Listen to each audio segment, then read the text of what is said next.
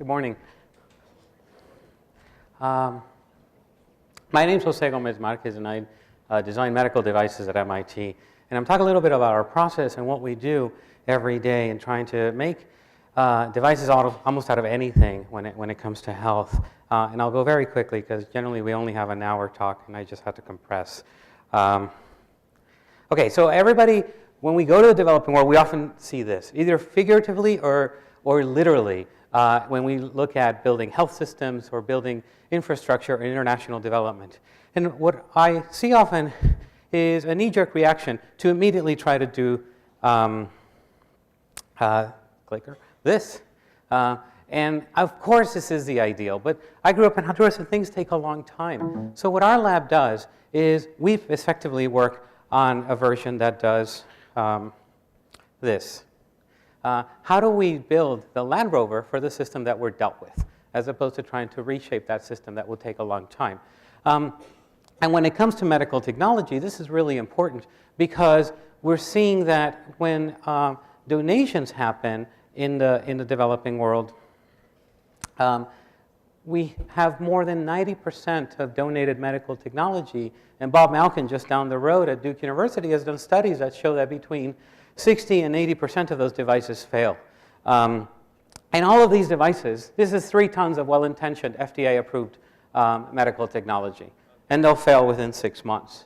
And so what we're trying to do is how do we change that and design the devices intended for these markets? And the parameters that we have to use are a lot of the same similar parameters that we would design devices here in America, but some are rather different, like the dynamics between reusability and disposability. Sometimes when you design for something for a single-use consumable good, it ends up being a capital equipment machine in the developing world. But the other thing that we try to embed our students with is this notion that you should design for local manufacturing and local innovation.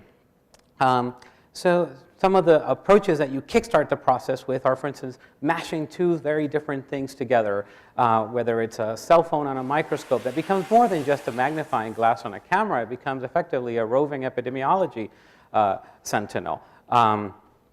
This clicker is mashing things that are old and new.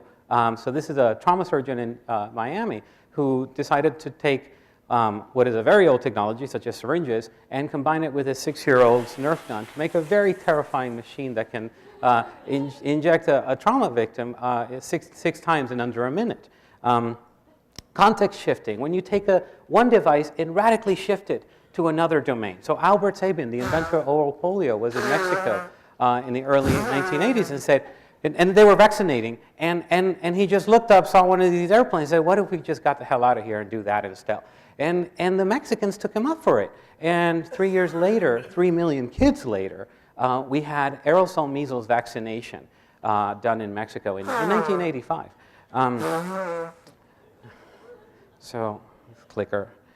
This is my favorite one, improvisation and design. How do we look at what's happening on the ground already hacked, get inspired by it, and then make a different device? So this is Stanford University's design team, where they looked at the fact that in America, people can't afford inhaler spacers. So they just cut off the bottom of a Coca-Cola bottle and make it work. So they went one step ahead and said, what if we made an origami spacer version out of it? And they launched a company in Mexico called Respira. So I go a lot around hospitals and look for that type of behavior. Those everyday hacks that nurses will never publish, will never, in fact, they're embarrassed to tell you about, but they have an immense source of creativity. And we do it along different domains because, as we all know, health requires lots of different domains. It requires stuff to find out what you have, stuff to do something about it, stuff to prevent it, stuff to change your behavior so you don't get sick in the first place, and ultimately, yes, building up those systems. But what we do is we embed the making and the DIY process in the entire approach. One example is everybody here is probably familiar with dots, and I don't really have to tell you about tuberculosis, but it's still a big problem.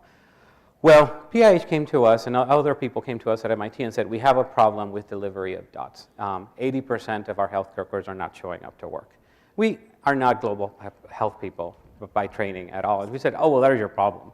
So we made a device that allows the patient, click, to take a test that will react with the metabolites of their medication, and then allow them to report the test wherever they are without actually checking up in person, just to write down the fact that you saw somebody take your pills. The only way the metabolites will show up if they've actually taken the pill. So it's the idea of taking a standard diagnostic test and then using it as a display, that then they can SMS the results over the phone. And in return, what we do is we give them cell phone minutes as incentives. And that wasn't our idea. That was our Nicaraguan partner's idea. We thought microfinance because that's what you do when you're in Cambridge and you Google business section of the proposal. But it was the Nicaraguans who said, no, that would be a crazy idea. You're going to get into money laundering issues. Why don't you use cell phone minutes? And then it was like the brilliant idea. So we've taken that approach further and said, what if instead of just using citizens as reporters, what if we crowdsource what's happening around an area so that we can do real-time epidemiology, mash up the wonderful data systems that a lot of people here are working on, but give them ground truth verification tools armed by everybody, not just capital equipment machines, but everybody. And then go a step further and say, could we actually allow people to customize what exactly they're testing? And so we did this in Berlin, which is not a developing country, but it was an easy country to do a trial for water if somebody else was going to pay for it. And then we expanded this to dengue and Ebola in other parts of the world. This is a smart birth project where it allows us to have flight data recorders for midwives and healthcare workers as they're going through the delivery process in case they have to deliver in the field, because it's data that you really can't get if you're in the middle of nowhere. This is Cool Comply, a device co-designed with the Addis Ababa Institute of Technology, which allows, it's a solid-state refrigerator that can also basically tell us when a patient is accessing their meds. This is the Solar Clave, which is a device that allows us to sterilize surgical instruments in the middle of nowhere, just using the power of the sun, clickers. And this is Anna Young in pink in the center, surrounded by her co-designers in Nicaragua, who are basically not delivering a final device made at MIT. In fact, the device that you see designed at MIT is the right-hand one that's sort of propped up with the dining chairs. And then on the left is the one designed by Nicaraguan women with a complete solar tracker and everything. So I don't know what it will tell us about the engineering program at MIT, but it tells us a lot about the ingenuity you can find locally. And we can find this type of ingenuity all over the world. Click, please. And